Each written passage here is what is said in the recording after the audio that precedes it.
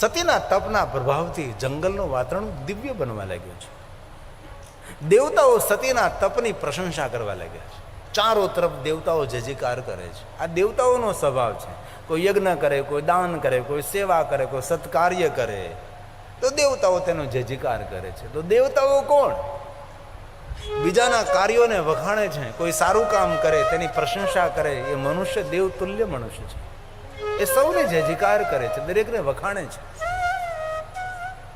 ભગવાન મહાદેવને ખબર પડી કે દક્ષપુત્રી સતી હિમાલય પહાડોની કંદરામાં તપ કરે છે. ભગવાન શંકરજી કૈલાસ પહાડને છોડી જ્યાં સતી તપ કરતા હતા ત્યાં ભગવાન આવે છે. દૂરથી જોવે છે. વાઘ, વરુ, સિંહ, દીપ શ્વેત વસ્ત્રોને ધારણ કરેલા છે. સતીએ શ્વેત ભસ્મનું ત્રિપુંડ છે. ભગવાન શંકરજીને યાદ કરે છે. સતીનું તપ જોઈને ભગવાન મહાદેવજી સતીની સામે પ્રગટ થાય છે. સતીની આંખો બંધ. સતીને ખ્યાલ નથી કે મારી સામે કોણ પ્રગટ થયું છે. પણ ભગવાન શંકરજી સતીના તપની પરીક્ષા કરે છે. ભગવાન શંકરજી સાધુનું રૂપ લે છે. ભિક્ષામ દેહી. સતીએ નેત્રો ખોલ્યા છે. કોણ ભિક્ષા લેવા માટે આવ્યું છે? જોયું તો વ્યવૃદ્ધ કોઈ સાધુ મૂર્તિ છે. કહે છે આ તો જંગલ છે, ફલ છે, ફલનો સ્વીકાર કરો. સાધુ વેશમાં સતીની ભક્તિની પરીક્ષાઓ થાય છે. સ્વયં શિવ છે, સાધુ વેશમાં ભક્તિની કસોટી થઈ રહી છે. વયોવૃદ્ધ મહાત્મા કહે છે સતી આપ કોણ છો? દક્ષની પુત્રી છો. શિવનું આરાધન કરું છું. સંકલ્પ કર્યો છે મહાદેવને મળવું તો છે, પણ મહાદેવ સાથે પરણવું પણ છે. ભગવાન શંકર સાથે વિવાહ કરવા છે. સતીની મહાદેવ પ્રત્યેની દ્રઢ ભક્તિ કેટલી છે તે જોવા માટે સ્વયં વયોવૃદ્ધ સાધુ બની અને સતીની સામે શંકર ભગવાનની નિંદા કરવા લાગે છે. સતી હાથ જોડીને વિવેકપૂર્ણ કહ્યું છે આપ સાધુ વેશમાં છો, વયોવૃદ્ધ છો, તેથી ખૂબ મને મર્યાદા રહે છે. તેથી હાથ જોડીને તમને કહું છું હું મહાદેવની ભક્ત છું ને મારી સામે મહાદેવની નિંદા નહીં કરો. અને તમે તો જાણો છો ને સાધુ વેશમાં છો. ન કેવલમ ભવિત પાપમ નિંદા કરતું. જે શિવની નિંદા કરે છે એ પાપી નથી, સાંભળે એ પણ પાપી છે. તેથી તમે તો શંકર ભગવાનની નિંદા કરો છો, મને શા માટે ભગવાન મહાદેવની નિંદા સંભળાવો છો? સતીએ વયોવૃદ્ધ સાધુને વિનંતી કરે છે. ભગવાન મહર્ષિ વેદવ્યાસ કહે છે ન કેવલમ ભવેત પાપમ નિંદા કરતું શિવસ્ય યો મે શૃણોતિ તનિંદા પાપં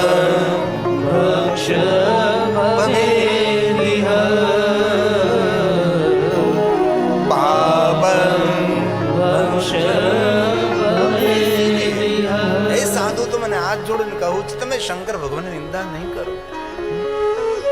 શિવ મહાપડ ગ્રંથમાં તો ભગવાન મહર્ષિ વેદવ્યાસજી એટલો આક્રોશ વ્યક્ત કર્યો છે, એવા કઠોર શબ્દોનો પ્રયોગ કર્યો છે. અને કોઈ મહાદેવની નિંદા કરતો હોય, જો તમારું સામર્થ્ય ન હોય તો જલ્દી સ્થાનને છોડી દો, અને જો તમારું સામર્થ્ય હોય તો તેને દંડ કરો. એવા કપરા શબ્દોનો પ્રયોગ કર્યો છે. સતી સાધુને કહે છે શા માટે આપ નિંદા કરો છો?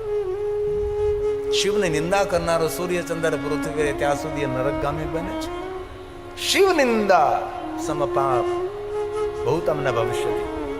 મહાદેવની નિંદા કરનાર માણસના ઘરનું અન્ન ન લેવાય. મહાદેવની નિંદા કરનાર માણસના ઘરનું પાણી ન પીવાય. શિવની નિંદા કરનાર માણસનું મુખ ન જોવાય. શિવ નિંદક ગેહતે જલ પીબતી કભી નહીં મોહતે. અને 3 પાપો એટલા ભયંકર વર્ણવ્યા છે કે 3 પાપોનું પ્રાયશ્ચિત કોઈ કરી જ ન શકે. જે ઘણા માણસો અજાણતા કરતા હોય છે. 3 પાપોમાં પહેલું પાપ છે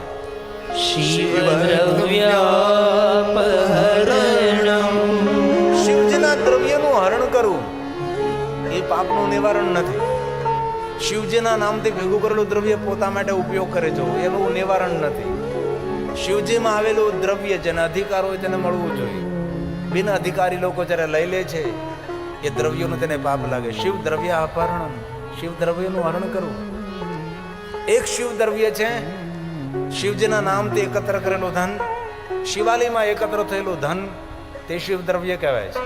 બીજો શિવ દ્રવ્યનો અર્થ એવો કર્યો છે રાજ દરબારમાંથી, જે રાજાના ખજાનામાંથી જે દ્રવ્ય સમાજની સુખાકારી માટે આવ્યું હોય અને એ દ્રવ્ય સમાજને સુખાકારી માટે ન વપરાય અને પોતા માટે જે દ્રવ્યનો ઉપયોગ થઈ જાય તે પણ શિવ દ્રવ્ય છે.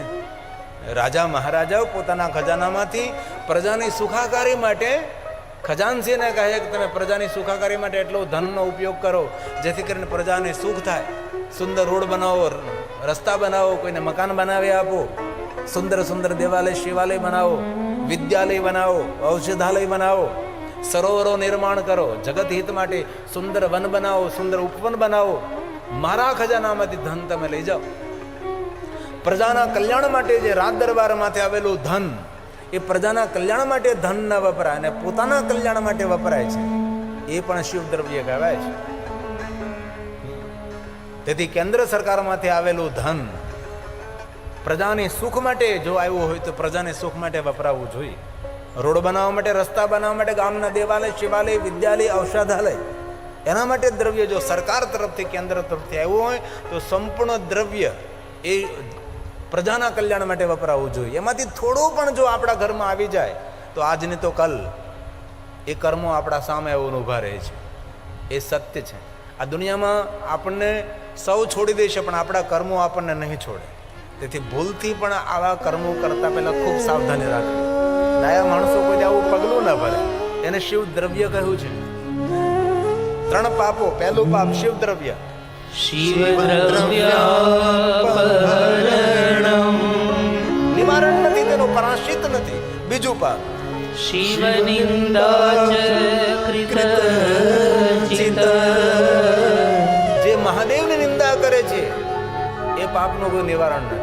અને ત્રીજું પાપ નિંદા શિવ ભક્તાનામ પ્રાયશ્ચિતેન શુદ્ધ્યતે, પ્રાયશ્ચિતેન શુદ્ધ્યતે.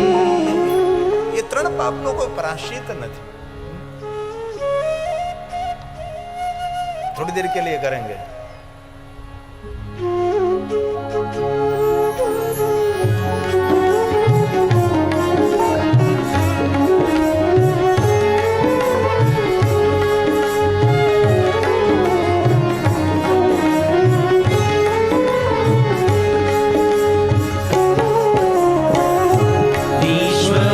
વિશ્વવિધાતા હે જગદાતા, વિશ્વવિધાતા હે જગદાતા, કલ્યાણ કરો મહાદેવ, કલ્યાણ કરો મહાદેવ. વિશ્વવિધાતા હે જગદાતા, વિશ્વવિધાતા હે જગદાતા, કલ્યાણ કરો મહાદેવ, કલ્યાણ કરો મહાદેવ, કલ્યાણ કરો મહાદેવ. સતી હાથ જોડીને સાધુ ના કહે, સાધુ તમે ગણવેશમાં સાધુ છો પણ ગુણવેશમાં તમે સાધુ નથી દેખાતા.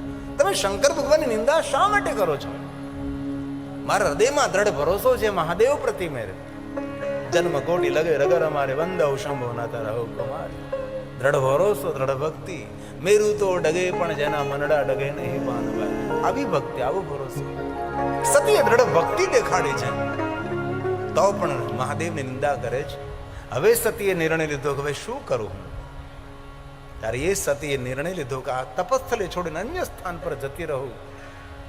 અમને આવી રીતે જો હું નિંદા સાંભળતી રહીશ તો મારા પુણ્યનો પણ ક્ષય થશે. અને ભૂલથી કોઈની નિંદા કરવી તો નહીં પણ નિંદા સાંભળવી નહીં. નિંદા સમાન કોઈ પાપ નહીં, સત્સંગ સમાન કોઈ પુણ્ય નહીં. એક ઘડી આધી મેં પુણ્યાદ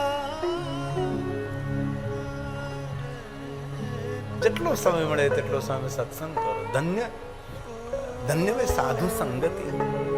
કોઈ સાધુ પુરુષનો સંગ કરીએ. તમે કેટલા ભાગશાળી છો. તમારા ગામના પાદરમાં આ સાધુની ઝૂંપડી છે.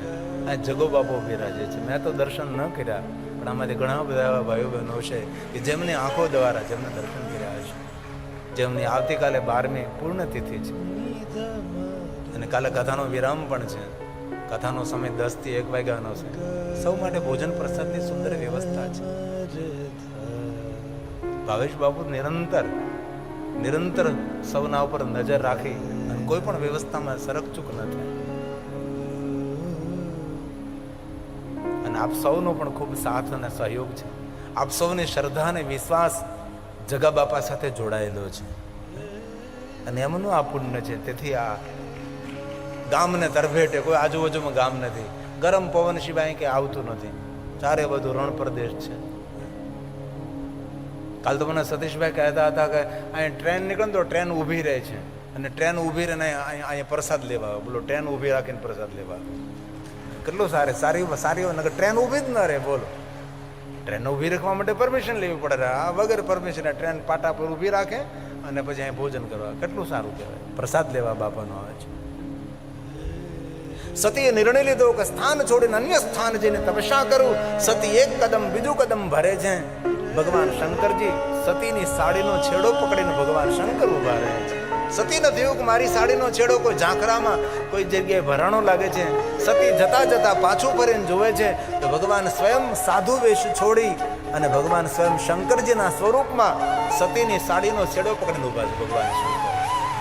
તેથી મહાદેવનું નામ એક લીલાધર છે. લીલા વિશારદ ભગવાન શંકર છે. પણ શંકર આપણો પિતા હોવાથી તેની કોઈ લીલાનું વર્ણન ન કરી શકાય. કારણ કે જગત પિતરો વંદે પાર્વતી પરમેશ્વરો. આપણા સૌના માતા પિતા શંકર ને પાર્વતી છે. તેથી ઘણી બધી લીલાઓનું વર્ણન કરવું એ આપણા માટે યોગ્ય ન કહેવાય, કારણ કે આપણા માતા પિતા છે. મૂળ રૂપમાં શંકરજી દર્શન આપે છે. સતી કહે છે, ભગવાન આપ મારી પરીક્ષા કરતા હતા. ભગવાન શંકરજી સતીને કહે છે, આપ મારી પરીક્ષામાંથી નિપુર્ણ પૂર્ણ ઉતર્યા છો.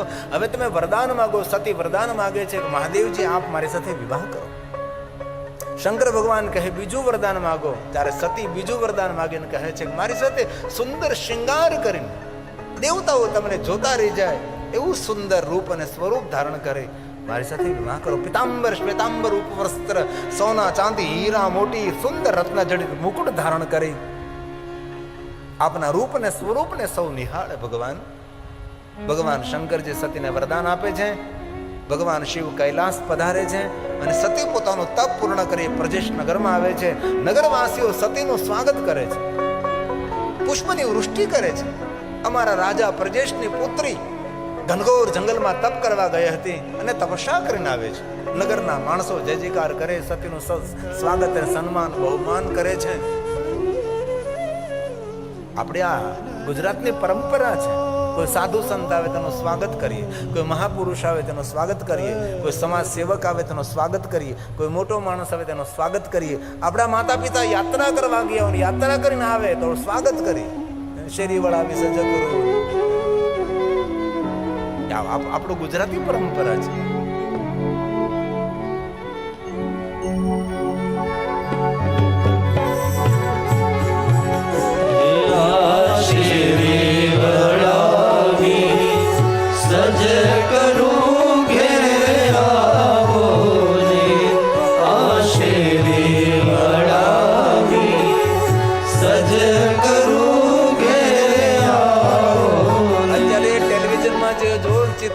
ચિત્ર અત્યારે વિસરાઈ ગયું છે લોકોને. આ યુગ હતો. ગામના બાવાજી કડે તબલા બાંધે અને 2-3 જણા જાજ પખાજા વાળા. આવું દ્રશ્ય હવે જોવા નથી મળતું. હવે ડીજે સાઉન્ડ આવી ગયું છે. ધીમે ધીમે સંસ્કૃતિ લુપ્ત થવા લાગી છે. આવા દ્રશ્યો આમાં ઘણા મોટી ઉંમરના લોકોએ જોયા હોય છે કે ગામના બાવાજી હોય કડે તબલા બાંધે, પખાજ વગાડે, વળી કોઈને પેટી હાર્મોનિયમ વગાડતા આવડતું હોય, બાજુ પેટી, તો વળી ખંભે પટ્ટો નાખે ને એ વગાડે અને ગામમાં સ્વાગત થતું હોય. આવા દ્રશ્યો આપણે સૌ જોયા છે. અત્યારની નાની પેઢીઓને આ જોવા નહીં મળે. આપણી સંસ્કૃતિ છે. શેરી વડાવી સજ કરું ઘેર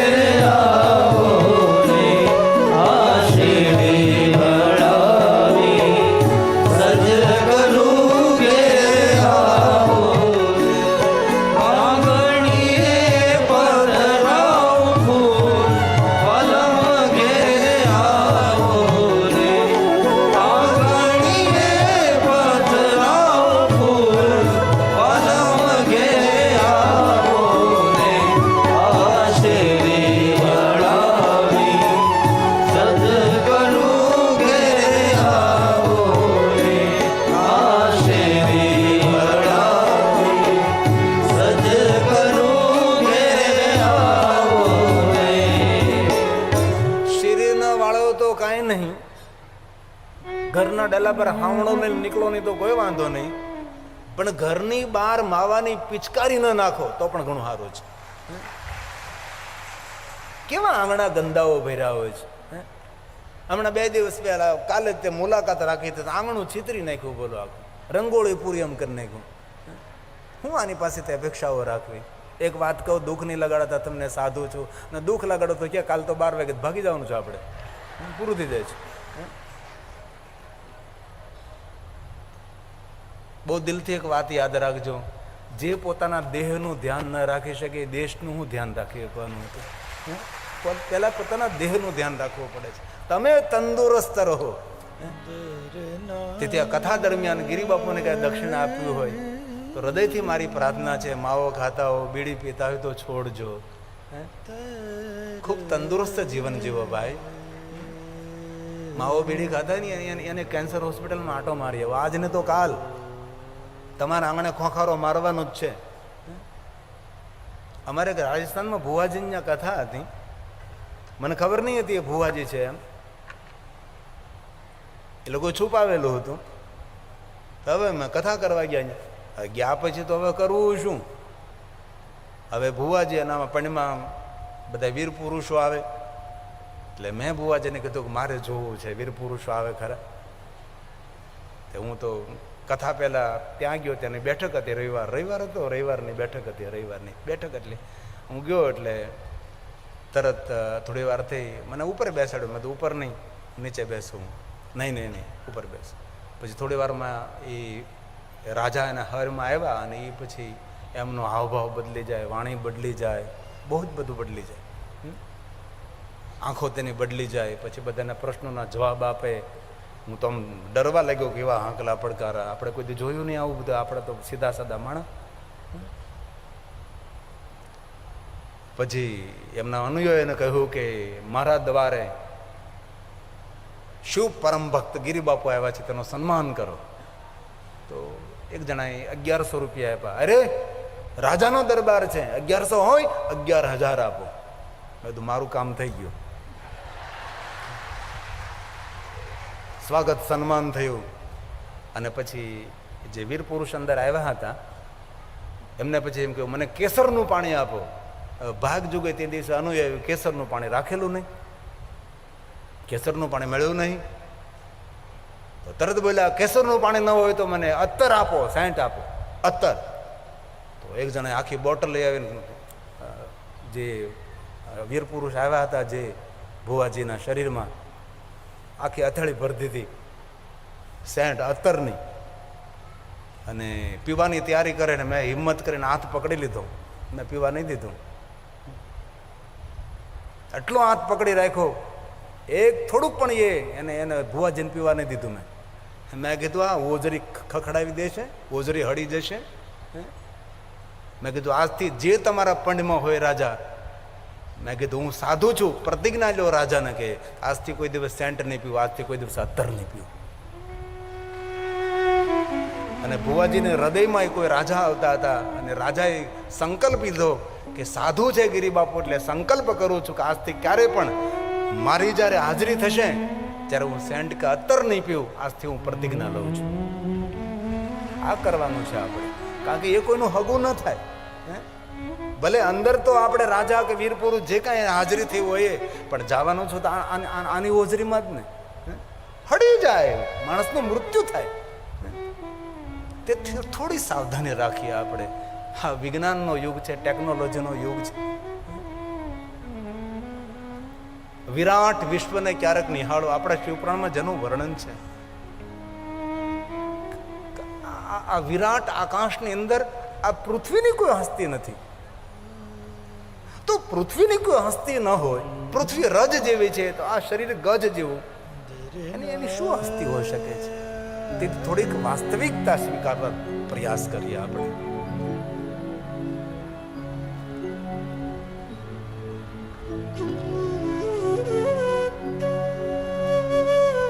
ખેર, સતીનું સુંદર સ્વાગત થાય છે.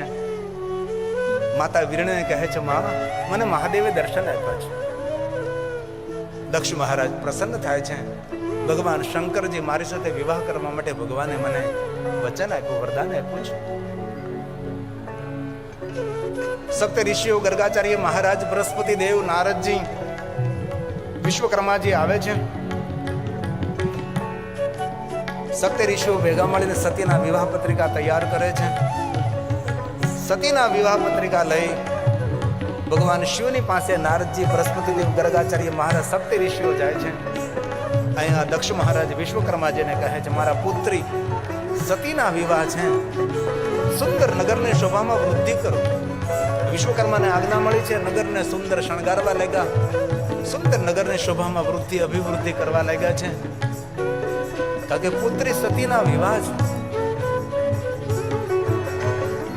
અહીંયા સપ્ત ઋષિ, ગર્ગાચાર્ય, નારદજી સૌ વિવાહ પત્રિકા લઈને ભગવાન મહાદેવની પાસે પહોંચે છે. શંકર ભગવાનને કહે, લ્યો મહાદેવજી, આપના વિવાહની પત્રિકા છે, વિવાહની તૈયારી કરો, લગ્નની. ભગવાન શંકર કહે છે, કોણ તૈયારી કરે? ન માતા, ન પિતા, ન બંધુ, ન મિત્ર, ન ગુરુ, ન વિશેષ. વિશ્વના દરેક દેવી દેવતાઓનો જાઓ, આમંત્રણ નિમંત્રણ આપો. સૌને નિમંત્રણમાં, શુભ પ્રસંગમાં નિમંત્રણ હોય છે, કોઈ સભામાં આમંત્રણ હોય છે.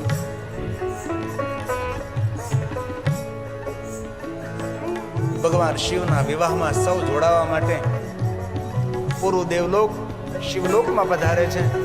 ઇન્દ્ર, ઇન્દ્રાણી, બ્રહ્મા, બ્રહ્મણે, વિષ્ણુ, લક્ષ્મી, વરુણ, કુબેર આદિ સર્વ દેવતાઓ ભગવાન મહાદેવના લોકમાં, શિવલોકમાં આવે છે. ભગવાન શંકર જે પથ્થરની શિલા પર બાબા દિગંબર હો તો એસા હો, વરદાતા હો તો એસા હો, ભગવાન શિવ બિરાજે છે. ઇન્દ્ર સુંદર મુકુટ ધારણ કરીને આવે, સુંદર સોના ચાંદી હીરા મોતીના આભૂષણો. ભગવાન વિષ્ણુ લક્ષ્મી સાથે સુંદર શૃંગાર કરે. બ્રહ્મા બ્રહ્માણી સાથે કુબેરજી આ પધારે છે. દેવતાઓ બધા સુંદર ઠાઠમાટ કરીને શૃંગાર કરીને આવ્યા છે. ભગવાન શંકર જે અંગ પર ભસ્મ લગાવી વિભૂતિને ધારણ કરી એક પથ્થરની શિલા પર ભગવાન શિવ બિરાજે. શિષ્ય મંદાગ્નિ ધારી ભાલ ચંદ્ર ત્રિલોચન. ભગવાન શિવજી પ્રસન્ન મુખ મુદ્રાથી બિરાજે છે. સૌને આવકારે છે, પધારો ઇન્દ્ર, પધારો બ્રહ્મા, વિષ્ણુ. ઋષિ મુનિઓની સભા છે. ઇન્દ્રને અપ્સરાઓ, ગાંધર્વો, કિન્નરો, ચારણો સૌ કૈલાસની શોભામાં વૃદ્ધિ કરી રહ્યા છે. આકાશના તારાઓ જેમ આકાશની શોભામાં વૃદ્ધિ કરે તેમ કૈલાસની અંદર ઉપસ્થિત દેવતાઓ કૈલાસ પર્વતની સુંદરતામાં વૃદ્ધિ કરી રહ્યા છે.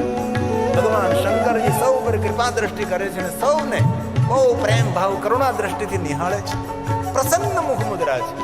અંગ ઉપર એટલા તો સર્પો છે કે પૂરું સર્પાલય છે. સર્પોનું ઘર છે શંકરજી. જટા વિખરાયેલી છે, જટા પથરાયેલી છે. જે શિલા પર બેઠા શિલા પણ પૂરી દેખાતી નથી. એ શિલા પણ જટાથી ઢંકાયેલી છે. જેમ 500-700 સાલ જૂનો કોઈ ઘનઘોર જંગલમાં વડલો હોય અને જેમ વડવાઈઓ પથરાયેલી હોય તેમ શંકરજીની જટા આજુબાજુ પથરાયેલી છે. કોઈ સર્પ જટાની અંદર લપેટાઈ ગયો છે, કોઈ સર્પ જટાની ઉપર જઈ રહ્યો છે, કોઈ સર્પ જટાથી નીચે આવી રહ્યો, કોઈ સર્પ અંગથી નીચે જઈ રહ્યો છે, કોઈ સર્પ ધરતીથી અંગ પર વીંટળાઈ રહ્યો છે, કોઈ આ બાહુથી બીજું બાહુ, કોઈ ગળામાં ભરડો મારી રહ્યો છે, કોઈ સર્પ ફૂફકારથી ભગવાન શિવજીના ત્રીજા નેત્રે અગ્નિ જ્વાળામાં વૃદ્ધિ કરી રહ્યો છે. કોઈ સર્પ વીંટાઈ રહ્યા છે. કટિબંધ સર્પનું છે, યજ્ઞોપવ સર્પનું છે, ગળામાં હાર, નાગોનો હાર ભગવાન શંકરજી સર્પાલય છે. નાગેન્દ્રહારાય ત્રિલોચનાય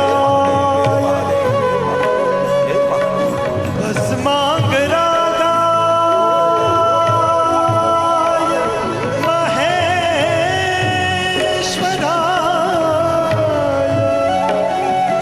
નિત્યાય શુદ્ધાય દિગંબરાય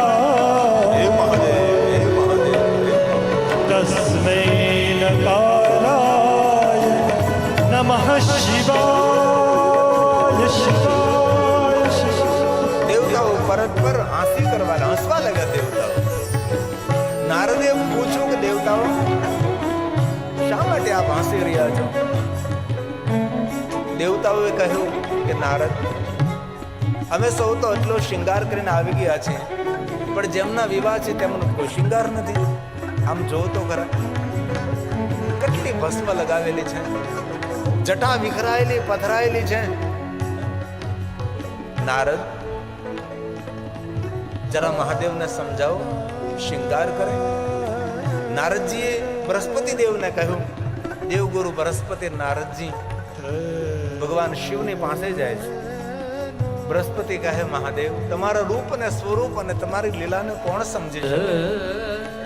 ભગવાન, તમે જોવામાં રૌદ્ર છો, પણ અમે જાણીએ છીએ ભગવાન શંકરજી આપનો સ્વભાવ રુદ્ર છે, રુજુ સ્વભાવ છે.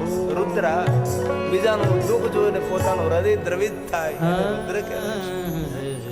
જોવામાં રૌદ્ર છે, અતિ ભયાનક, અતિ વિકરાળ છે. બૃહસ્પતિ ભગવાન શંકરજીની સુંદર સ્તુતિ ગાય છે.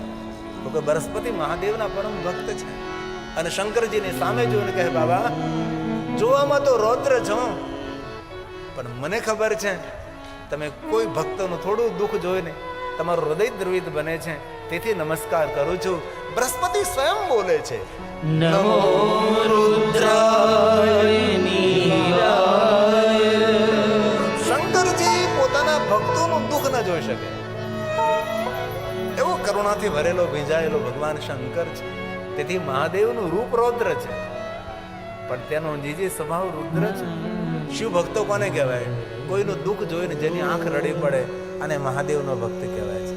પથ્થર હૃદયવાળો ભગવાન શંકરનો ભક્ત ન હોય, નિષ્ઠુર ભગવાન મહાદેવનો ભક્ત ન હોય, હિંસાત્મક ભગવાન શંકરનો ભક્ત ન હોય, તિરસ્કાત્મક ભગવાન શિવનો ભક્ત બીજાનો તિરસ્કાર ન કરે, કોઈની નિંદા ન કરે,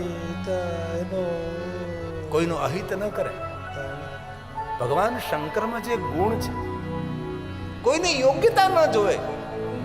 આ મોટો માણસ છે, આ નાનો માણસ, જેના દરબારમાં સૌનો સ્વીકાર છે, એ શિવ છે.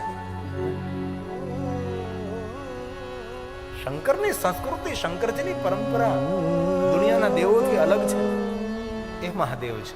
તેથી બૃહસ્પતિ મહાદેવ માટે બોલ્યા છે, નમો રુદ્રાય નીલાય ભીમાય પરમાત્મને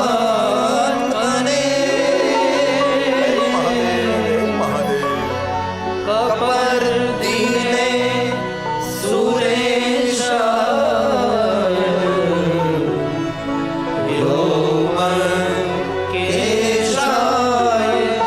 વૈ નમઃ. વ્યોમકેશાય વૈ નમઃ. ભગવાન શંકરજીનું રૂપનું વર્ણન છે. વ્યોમનો અર્થ આકાશ, આકાશમાં ફેલાયેલી શંકરજીની જટા. વ્યોમ કેશાય નમઃ. કપરદી, ગૂંથાયેલી, વિખરાયેલી જટા શંકરજીની. મહાદેવની જટા કેવી? તો કે ગૂંથાયેલી, વિખરાયેલી. કપરદી, કપરદીનો અર્થ શું થાય છે? જટાનો દાગ ન મળે એવી શંકરજીની જટા, ચારો તરફ ફેલાયેલી જટા છે. બૃહસ્પતિ કહે, ભગવાન મહાદેવ, આ રૂપને હું પ્રણામ કરું છું અને પૂરું અંગ સર્પોથી લપેટાયેલું છે. ભગવાન શંકરજીની ભવ્યતા સોના ચાંદી હીરા મોતી નથી. મહાદેવની ભવ્યતા એમનું તપ છે, એમનો વૈરાગ્ય છે. સોના ચાંદી હીરા મોતી નહીં. સાધુની ભવ્યતા તેની સાધુતા, તેની તપસ્વીતા, તેની તેજસ્વીતા, તેમનું જ્ઞાન, તેમની વિદ્યા, તેમનો વૈરાગ અને તેમનો ત્યાગ, એ સાધુની સુંદરતા, સાધુની શોભા છે. તેથી બૃહસ્પતિએ કહ્યું, તપોમયાય ભવ્યાય, તમારી પાસે તપની ભવ્યતા છે. વિષ્ણુ સ્વયં તમારી સ્તુતિ કરે છે. આ દેવ